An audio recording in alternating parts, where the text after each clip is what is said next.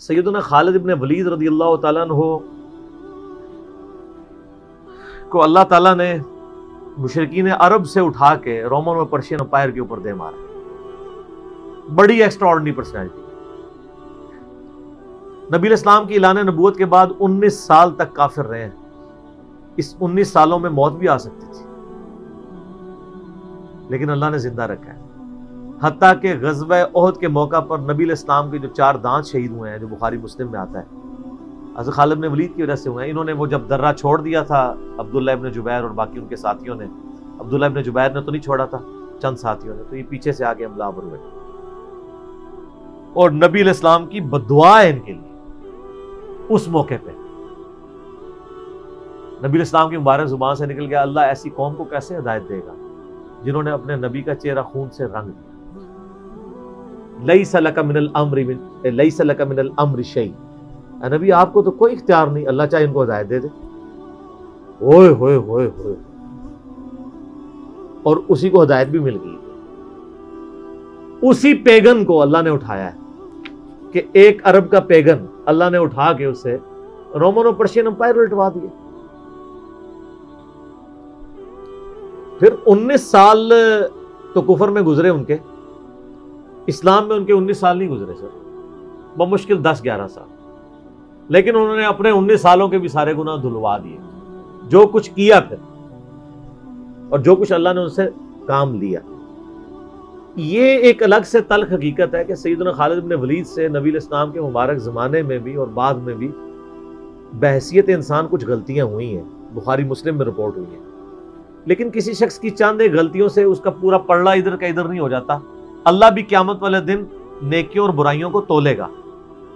نیکیاں زیادہ ہوں گی تو پھر اس کو یہ نہیں کہا جائے گا کہ یہ تو نے اتنی بڑی برائی کیوں کی تھی، پھر وہ پاس ہو چکا ہے.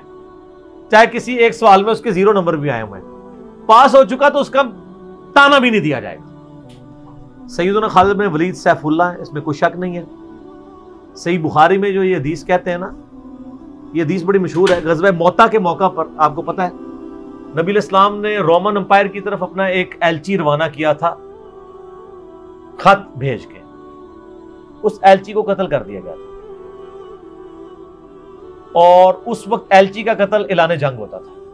تو نبی علیہ السلام نے ایک لشکر روانہ کیا زید بن حارثہ کی قیادت میں. نبی علیہ السلام کے منہ بولا بیٹا جس کا نام قرآن میں، واحد صحابی جس کا نام قرآن میں، زید.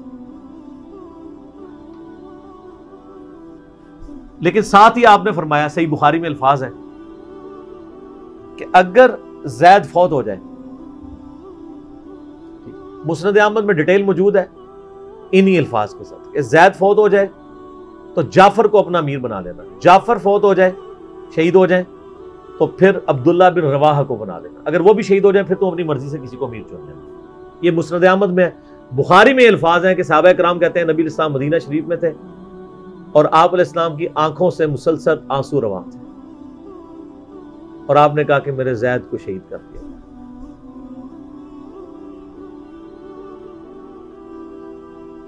اب مسلمانوں کا پرچم جعفر نے تھام لیا. جعفر بھی حضور کے لاڈلے سے، آپ کو پتہ ہے، جعفر طیار حضرت علی کے بھائی، جن کے بارے میں بخاری میں آتا ہے کہ ان کے 2 بازو کٹ گئے تھے تو آپ علیہ السلام فرمایا میں نے اسے جنت میں اڑتے ہوئے دیکھا، اللہ نے اس کو 2 پر دے دیے.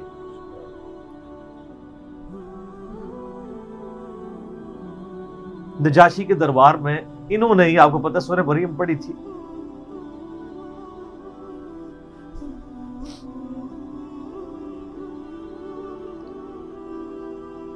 پھر آپ نے فرمایا کہ جعفر کو شہید کر دیا گیا. اب عبداللہ ابن رواحہ نے پرچم تھا، پھر آپ نے فرمایا اسے بھی شہید کر دیا گیا. پھر آپ نے فرمایا اب اللہ کی تلواروں میں سے ایک تلوار کو مسلمانوں نے اپنا امیر چن لیا اور میں اللہ سے امید کرتا ہوں اللہ تعالیٰ اس کے ہاتھ پہ فتح دے، اور فتح ہو بھی گئی. وہ فتح یہ ہوئی کہ بہت بڑا لشکر سامنے سے آ گیا تھا. حضرت خالد بن ولید اپنے لشکر کو بچا کے واپس لے آئے. یہ غزوہ موتا تھا اور صحیح بخاری میں آتا ہے کہ 9 تلواریں حضرت خالد کے ہاتھ میں ٹوٹی تھیں اس دن. 9 تلواریں اس جنگ کے اندر. واپس آ گئے. پھر بعد میں خیر وہ ایک رومن امپائر والا پھر یرموک پہ جا کے کنکلوژن ہوئی نا. جامعہ ترمذی میں ایک حدیث صحیح سند کے ساتھ ہے کہ نبی علیہ السلام کے سامنے سے حضرت خالد بن ولید گزرے تو آپ نے فرمایا کہ خالد بن ولید کتنا نیک بندہ ہے اللہ کا، اللہ کی تلواروں میں سے ایک تلوار ہے۔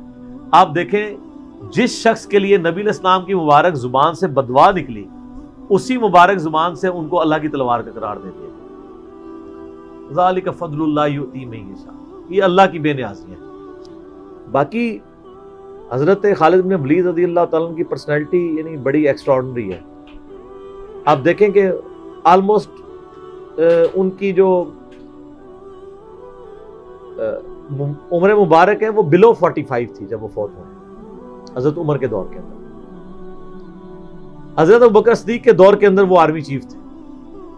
وہ سر عمر سیریز پھر دیکھیں تو آپ کو پتا چلے گا، انہوں نے ایک ایک چیز فلمائی ہے۔ مسیلمہ کذاب کے خلاف قتال میں کون لیڈ کر رہا تھا؟ خالد بن ولید۔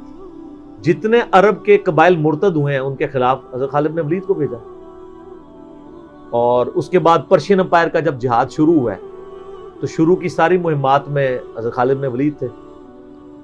سینکڑوں جنگوں میں حصہ لیا انہوں نے، کسی ایک جنگ میں شکست نہیں کھائی، حتیٰ کہ جو کافروں کی طرف سے بھی غزوہ احد لڑی ہے اس میں بھی ان کو شکست نہیں ہوئی۔ جسم پہ حضرت خالد بن ولید کہا کرتے تھے میرے جسم کا کوئی حصہ نہیں جس پہ برچھی یا نیزے یا تلوار کا نشان نہ ہو۔ ظاہر ہے اتنی جنگوں میں زخم لگ جاتے، لیکن میں بھی آج ایک بوڑھے اونٹ کی طرح بستر مرگ پہ مر رہا ہوں۔ میں نے سینکڑوں جنگوں میں اپنی موت کو تلاش کیا لیکن موت نہیں آئی۔ اس کا مطلب ہے موت جو ہے وہ اس پہ ڈیپینڈنٹ نہیں ہے کہ آپ میدان جنگ میں گئے ہوئے ہیں۔ ان کو موت میدان جنگ میں اس لیے نہیں آنی تھی کہ وہ اللہ کی تلوار تھے، اللہ کی تلوار تو نہیں ٹوٹ سکتی تھی۔ تو ان کا آج میں بھی بوڑھے اونٹ کی طرح بستر مرگ پہ مر رہا ہوں۔ یہ حضرت خالد بن ولید کے شعر ہیں کہ میں بھی اگر موت میدان جنگ میں آتی تو مجھے آتی جس نے سینکڑوں مار کے لڑے ہیں، اور سر پیچھے بیٹھ کے نہیں آج کل کے جرنیلوں کی طرح، فرنٹ سے لیڈ کر کے۔ بل خالد بن ولید رضی اللہ تعالیٰ عنہ مسلمانوں کے ہیرو ہیں۔ باپ کے بارے میں قرآن میں اتنے سخت الفاظ ہیں، اور بیٹا دیکھ لیں، ٹھیک ہے۔ اور آپ کو پتا ہے کہ حضرت خالد بن ولید حضرت عمر کی زندگی میں فوت ہو گئے تھے۔ ان کی جب شہادت، ان کی فوت ہونے کی خبر جب مدینہ شریف میں آئی نا تو کچھ عورتوں نے واویلا کرنا شروع کر دیا۔ تو حضرت عمر تو آپ کو پتا ہے بڑے سخت مزاج تھے، ان کا یہ عورتیں کیوں رو رہی ہیں، کیا ہوا ہے؟ تو بتایا کہ خالد بن ولید فوت ہو گئے۔ حضرت عمر نے رونا شروع کر دیا، حالانکہ خود معزول کیا ہوا تھا، لیکن وہ اللہ کے لیے کیا ہوا تھا نا، اپنی ذات کے لیے نہیں۔ آپ فرمائیں ان عورتوں کو رونے۔ خالد واقعی اس قابل ہے کہ اس کے اوپر رویا جائے۔